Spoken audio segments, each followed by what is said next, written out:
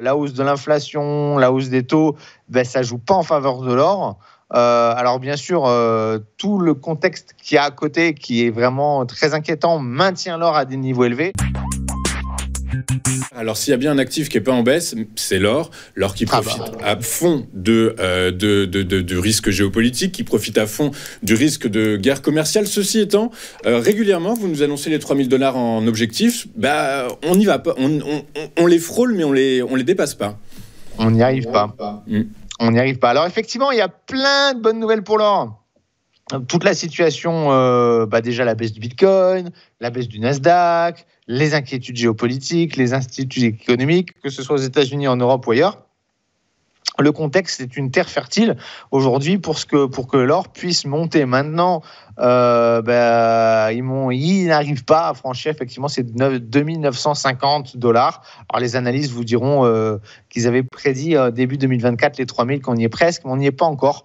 Alors pourquoi ? Parce qu'évidemment, il y a très certainement beaucoup de spéculateurs, d'investisseurs qui ont comme cible les 3000 et ils sont pas bêtes, ils mettent leur prise de bénéfice un tout petit peu avant, parce que si tout le monde se met à vendre à 3000, ça pourrait effectivement créer une forte correction. Donc je pense qu'il y a plusieurs facteurs à prendre en compte dans l'or. Il y a les prises de bénéfices quand à chaque fois qu'on s'approche effectivement de cet objectif de 3000, il y a des prises de bénéfices, probablement des take profits qui sont enclenchés. Il y a aussi le contexte, parce que mine de rien, la hausse de l'inflation, la hausse des taux, ça joue pas en faveur de l'or. Alors bien sûr, tout le contexte qui est à côté, qui est vraiment très inquiétant, maintient l'or à des niveaux élevés. Maintenant, un spectre de la possible hausse des taux d'intérêt, ça ne joue pas non plus en faveur de l'or. Donc c'est peut-être ça aussi qui freine un petit peu la hausse. En tout cas, il y a quand même des situations qui sont vraiment intéressantes à saisir sur l'or. Alors, si vous avez acheté de l'or, si vous êtes déjà en position sur l'or, une chose est sûre, gardez-le. Si vous n'êtes pas actuellement en position sur l'or, c'est un peu plus délicat parce qu'on est quand même sur des plus hauts historiques, 2940, 2950. Il va quand même falloir faire attention et pas faire n'importe quoi. À ce moment-là, mettre en place une stratégie de dollar cost averaging, tenter de faire des achats.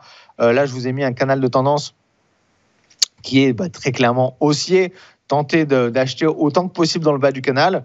Et après, pour les faits, il y a une vraie ruée sur l'or, parce qu'on l'a vu il y a encore quelques semaines sur le marché de Londres. Il y a eu des très très fortes tensions, il y a eu des pénuries d'or. Alors, pas de pénurie d'or à proprement parler, mais il y a eu des délais de livraison. Vous savez, quand vous achetez vos transactions sur les marchés futurs, vous avez des livraisons. Il y a eu un peu comme ce qu'on a pu voir à l'inverse sur le pétrole. Vous vous souvenez, pendant la crise du Covid, c'était l'inverse. Le prix a chuté en dessous de zéro parce qu'on avait trop de stocks d'or.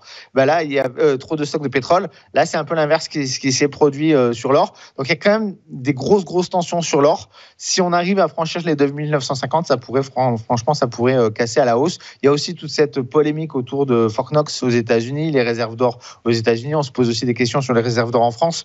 Donc, le moindre petite source d'inquiétude pourrait amener les cours de l'or à casser pour de bon les 2950 et atteindre et peut-être même casser les 3000.